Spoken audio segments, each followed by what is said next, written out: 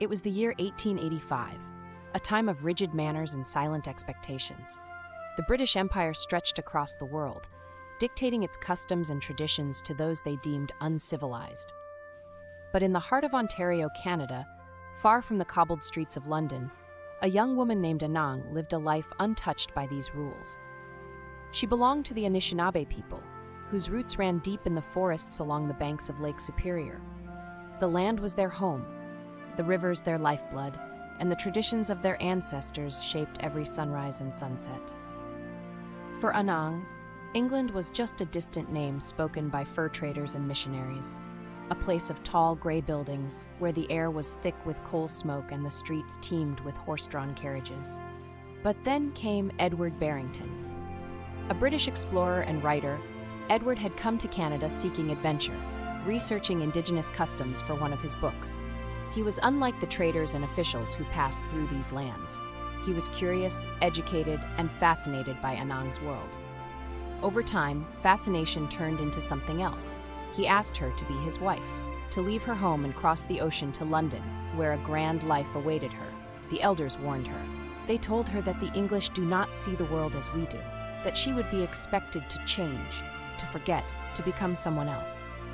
But love, or perhaps curiosity, drowned out their warnings. And so on a cold autumn morning, Anang boarded a ship in Montreal, leaving behind her people, her past, and the land that had cradled her since birth. For weeks, the steamship RMS Etruria carried her across the Atlantic through the bitter winds of November. Each day, the sun seemed to set earlier, the air grew sharper, and the sea stretched endlessly before her.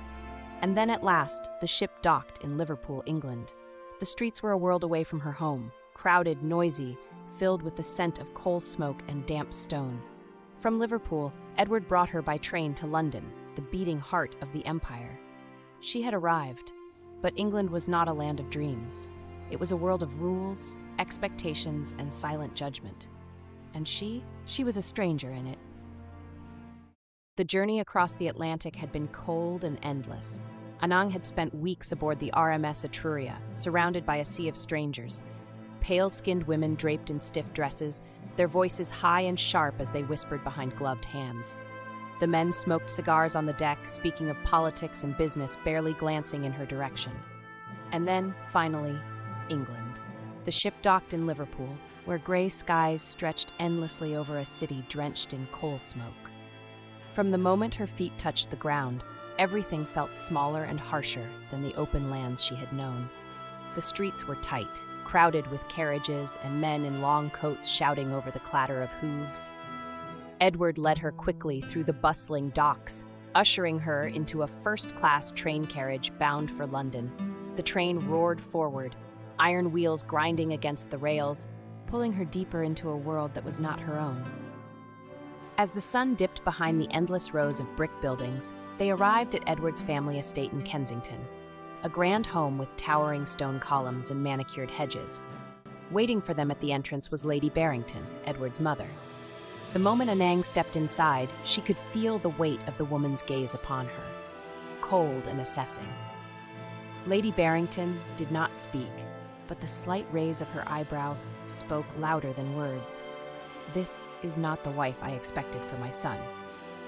Edward, ever confident, ignored his mother's silent judgment and led Anang deeper into the house, where chandeliers cast flickering golden light over polished wood floors. Servants moved silently through the halls, their eyes carefully avoiding hers. Dinner was a quiet affair, at least for her. As Edward's parents and two sisters carried on polite conversation about theater and politics, Anang sat stiffly at the long table, staring at the endless array of silverware.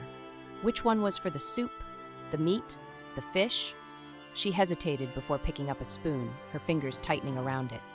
Across the table, Lady Barrington's eyes flicked to her hand. A barely noticeable sigh, a quick glance toward Edward. Disapproval, hidden behind etiquette. Anang set the spoon down. She felt the walls of this house closing in around her.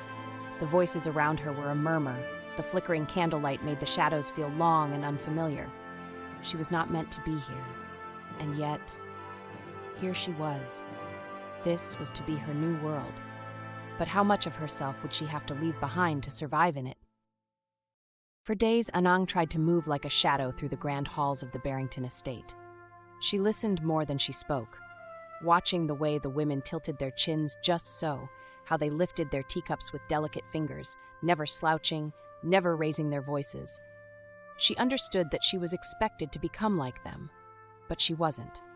And soon, her resistance began, small at first, but growing stronger with every silent judgment, every unspoken rule she was supposed to follow. Edward had assured her that she would learn English quickly, that she would no longer need to speak Anishinaabemowin, her mother tongue. His mother, Lady Barrington, never spoke to her directly. She only spoke about her as though she were not in the room. She must be taught how to behave properly. She cannot go into society like this. Anang understood more than they realized, but she refused to let them know it. When Lady Barrington questioned her, Anang would simply tilt her head, silent, unreadable. When she spoke in Anishinaabemowin, her voice calm, her eyes steady. She could see it unsettled them. Why won't she just speak properly? Because this was her language, and she would not let them take it from her. It was an unspoken rule. A lady must wear a corset. On the morning of her first social event, the maid brought her a silk gown with lace embroidery and a corset stiff as iron. "You must wear it," Edward said gently. "It is the fashion." Anang let them lace it up, pulling the strings tighter and tighter until her ribs felt trapped in a cage. She stood before the mirror, eyes dark, breath shallow. This was not her. Without a word, she reached behind her back, tugged at the laces, hard, until the corset fell loose, collapsing onto the floor. The maid gasped. Edward stepped forward, his face tightening. "Anang!" But she had already turned away. She would not be bound. The grand dining hall was lined with portraits of pale-faced ancestors, staring down as if they, too, disapproved of her presence. The meal was an ordeal, a long, stifling affair of whispered conversations and rigid etiquette rules. Anang sat beside Edward, a row of silver utensils glinting beside her plate. The forks, the knives, the spoons. Which one was for what? She hesitated. The servant placed a dish before her. Roast venison, but carved in delicate slices, drowning in thick sauce. Her instincts took over. She reached out, picking up a piece with her fingers, and then silence. The murmurs stopped. Across the table, Lady Barrington's fork clattered against her plate.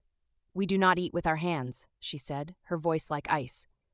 Edward's fingers brushed against her wrist, a silent warning. Anang looked around at the expectant faces, waiting for her to correct herself. She met Lady Barrington's eyes and, without a word, placed the piece of venison into her mouth. She did not apologize. She did not lower her gaze. She let them be uncomfortable. That night, Edward closed the door to their room behind them, frustration plain on his face. "Anang, why do you fight them?" She turned to him, her voice steady. "Because I am not like them." Edward sighed, running a hand through his hair. "You must try, Anang, my mother. She only wants what is best for you." "What is best for me?" she repeated, a bitter smile forming. "Or what is easiest for you?" Silence. Edward didn't answer. And for the first time she realized this was not just a battle against society. It was a battle against the man she had left everything behind for. The walls of Barrington Manor were closing in. Days blurred together. The whispers, the stares, the disapproving looks. They followed Anang like a shadow, pressing against her, trying to bend her into something she was never meant to be. She no longer spoke her language. She no longer dressed in the clothes of her people. She no longer touched the earth with bare feet or breathed in the fresh air of open spaces. The mirrors in this house reflected someone she no longer recognized. It was midwinter, and the English cold bit through the stone halls of the manor, seeping into her bones. The house was silent, except for the distant laughter of Edward's family, voices that never truly welcomed her. She walked to the large window overlooking the city, watching the lights flicker in the gas lamps below. London was a city of gray and stone, suffocating and endless. Where was the sky? The open air? The trees swaying in the wind? She pressed a hand against the window pane, but the glass was cold. Like everything else here, a deep longing ached in her chest. She missed home. She missed the sound of the river at dawn, the smell of pine in the air, the warmth of the firelight as her elders told stories of their ancestors. Here, there were only rules and silence. That evening, Edward hosted a grand social gathering, a night filled with music, wine, and laughter. Anang sat at the edge of the room, watching as women in glittering gowns danced in the golden glow of chandeliers, their laughter light, effortless. She did not belong among them. A group of young women stood near the staircase, their eyes flickering toward her. Her skin is so dark. She never speaks. Does she even understand? It's strange, isn't it? Edward could have married anyone. They did not realize she was listening, or perhaps they didn't care. After the guests left, Anang found herself alone in the drawing room until Lady Barrington stepped inside. For a moment, neither of them spoke. Then Lady Barrington sighed, smoothing out the fabric of her dress. "My dear, I know this must be difficult for you." Anang remained silent. "But you must understand, a wife must be a reflection of her husband's standing. Edward is respected, he has a future here, and you must be willing to change." There it was, not a request, not a suggestion, a demand. Change. Forget who you are, forget where you came from. Become what is expected. Anang's hands tightened at her sides. She lifted her chin and met Lady Barrington's eyes. "I will never be what you want me to be." For the first time, Lady Barrington's mask cracked. The corners of her mouth tightened, her carefully composed expression faltering. She had expected resistance, but not defiance. "Then you will never belong." The words settled in the air like dust. Anang turned and left the room before Lady Barrington could say another word. That night, Anang sat alone in her room, staring at her reflection in the mirror. Lady Barrington's words echoed in her mind. "You will never belong." Slowly, she reached for her silver brush, the one Edward had gifted her on their wedding day. She ran it through her long, dark hair, watching how it shone under the candlelight. Then, without hesitation, she gripped the ends of her hair and cut it. The strands fell to the floor, pooling like shadows at her feet. This was not defeat. This was not acceptance. This was a decision. She had given up everything to be here, but she would not give up herself. That night, as Anang sat in her room, she stared at the strands of hair she had cut. They lay scattered on the floor, a symbol of the choice she had made. She had been trying to become someone else, but she had lost sight of who she truly was. And yet, was there no place for her here? The next morning, she stepped out into the garden, the crisp air refreshing against her skin. The heavy fog of doubt that had clouded her mind for weeks was lifting. She would not change who she was, but perhaps she did not have to leave. Edward found her there, standing among the roses, her hair tousled by the wind. His eyes softened as he approached her, the tension of the previous night still lingering between them. "Anang," he said gently, "I don't want to lose you." She looked at him, her expression unreadable. "Then why do you ask me to change?" Edward exhaled, running a hand through his hair. "I thought I was protecting you, but I was blind. I wasn't protecting you. I was suffocating you." Anang studied him, searching his face for sincerity. For once, he looked lost, like a man realizing he had spent his whole life holding on to a map that led nowhere.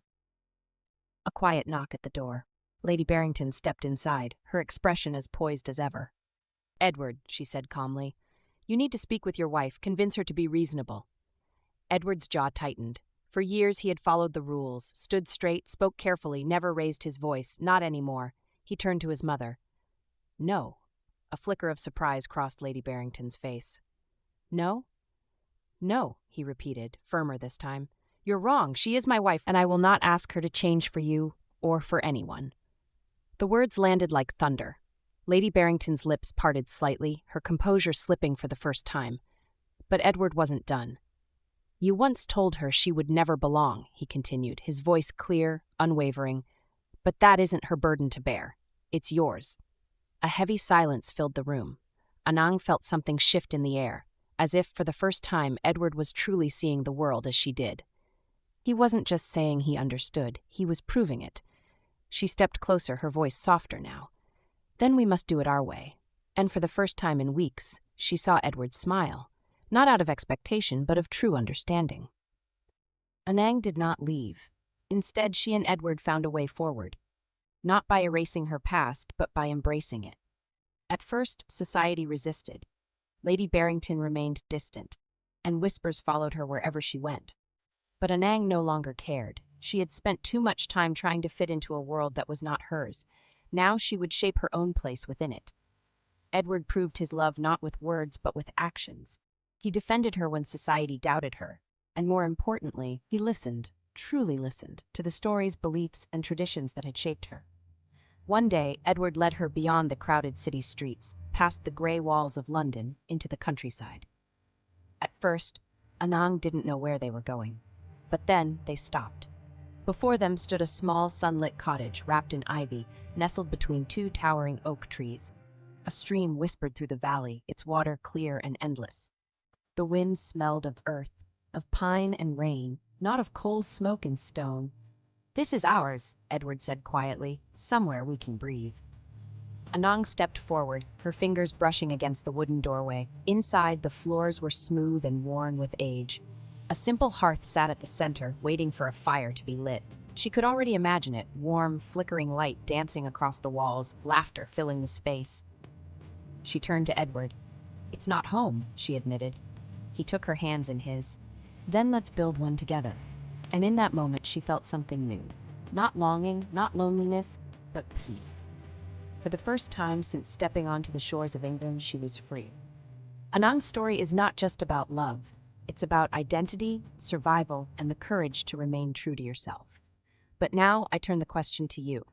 If you were in Anang's place, would you have chosen love or yourself? Could you fight for your identity in a world that refuses to understand you? And here's the real question. Can love truly last if one person has to change for it? Let me know your thoughts in the comments. And if this story moved you, don't forget to like it, subscribe, and hit the notification bell for more stories that make you think. Thanks for watching, and I'll see you in the next story.